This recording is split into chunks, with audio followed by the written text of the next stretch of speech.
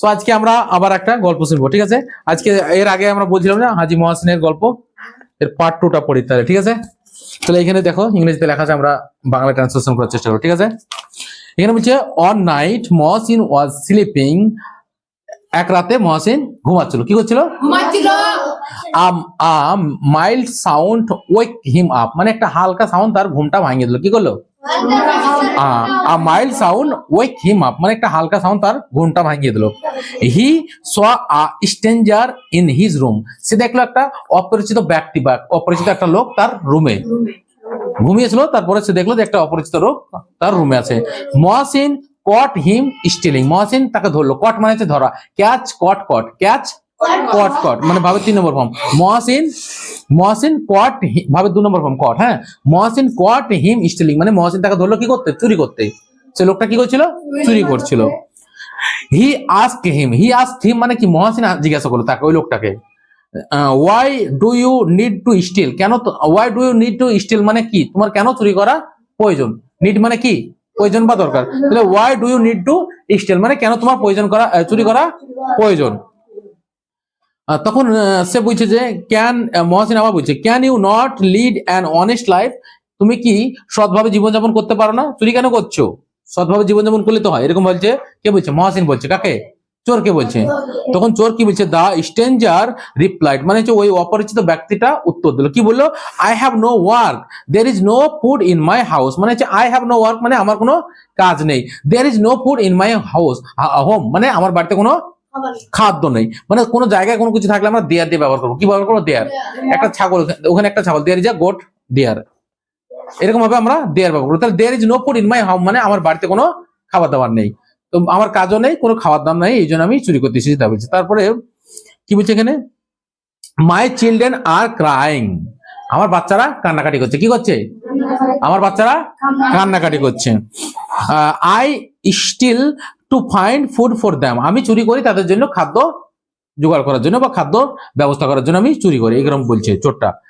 Please forgive me মানে হচ্ছে আমাকে ক্ষমা করে দাও।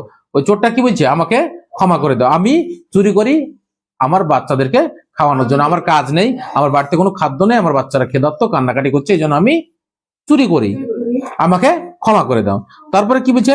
হি ব্রোক ডাউন ইন টিয়ার্স, মানে ওই চোরটা কান্নায় ভেঙে পড়লো। কি হলো? ব্রোক মানে ভেঙে পড়লো। He broke down in tears মানে চোখের জলে সে কান্নায় ভেঙে পড়লো মহসিনের কাছে। Mohsin fell sad for him the man, মহসিনের ওই লোকটার জন্য খারাপ লাগলো, খুব দুঃখ লাগলো। মহসিনের কি লাগলো? দুঃখ লাগলো। মহসিন ছিল খুব দয়ালু, ওই জন্য দয়ালু মানুষেরা সবসময় গরিবের মানে অসহায় মানুষের কষ্ট শুনলে তাদের দুঃখ লাগে। কি লাগে? ঠিক আছে। তারপরে মহসিনের খারাপ লাগলো। তারপরে কি বলছে?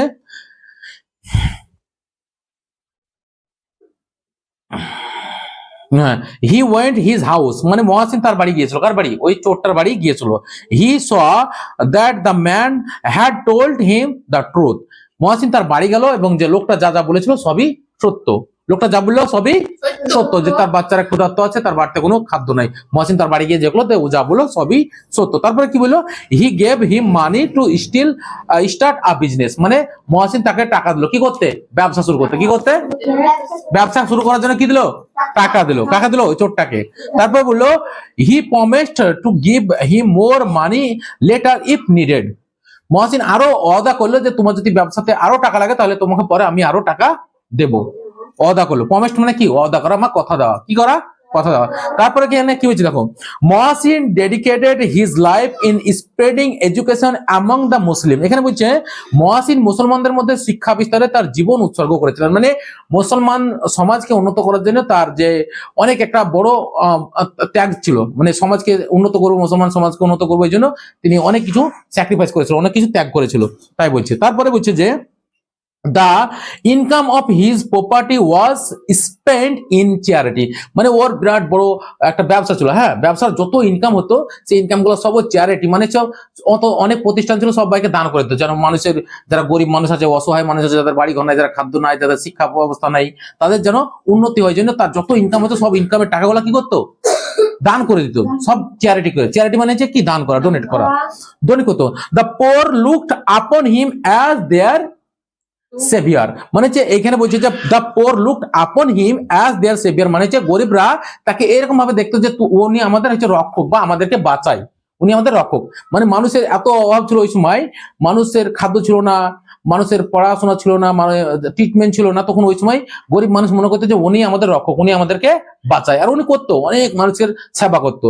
তাহলে এখানে বলছে, তারপরে কি বলছে, Hooghly Mohsin college in named after him, মানে হুগলিতে একটা মহসিন কলেজ আছে ওর নামে, তো ওই কলেজটাকে মহসিনের নামেই কলেজটা নামকরণ করা হয়েছিল। কি করা হয়েছিল? নামকরণ করা হয়েছিল। তারপর বলছে মহসিন পাস্ট আওয়ে ইন 1812, মানে হচ্ছে মহসিন মৃত্যুবরণ করেছিল 1812 সালে। কত সালে? পাস্ট আওয়ে মানে হচ্ছে মৃত্যুবরণ করেছিল। পাস্ট মানে আমরা জানি অতীত, ওইটা শিখেছি না, পাস্ট আওয়ে মানে মৃত্যুবরণ করা। ইন ইন 1812 মানে হচ্ছে 1812 সালে। কত সালে? এগুলো যারা পরে পড়ে তাদের এগুলো পরীক্ষা হবে। This great son of Bengal is still remembered with reverence. Reverence মানে হচ্ছে সম্মান, রেসপেক্ট। এখানে বলছে যে বাংলায় এই মহান সন্তানকে আজও মনে রাখে, বাংলার মানুষজন এই মহান সন্তানকে আজও কি করে? মনে রাখে। তাহলে এই হিস্ট্রি থেকে আমরা কি শিখলাম? যে আমাদেরকে দয়ালু হতে হবে, কি হতে হবে? কাইন্ড হতে হবে, মানুষকে সাহায্য করতে হবে, আমাদেরকে জ্ঞান অর্জন করতে হবে। First of all we have to be knowledgeable person, আমাদেরকে জ্ঞানী হতে হবে। কি হতে হবে? এই জ্ঞানী হয়ে আমাদের জ্ঞানকে সঠিক রাস্তায় ব্যবহার করতে হবে। আমাদের মানুষকে যেন সমাজ উন্নত হয়, জাতি উন্নত হয়, সেরকম ভাবে আমাদের মেন্টালিটি রাখতে হবে। We should not think only ourselves. We have to think for our society, for our human being. আমাদেরকে শুধু আমাদের ভাবনা চিন্তা করলে হবে না, আমাদের সমাজের চিন্তা করতে হবে, আমাদের জাতির চিন্তা করতে হবে।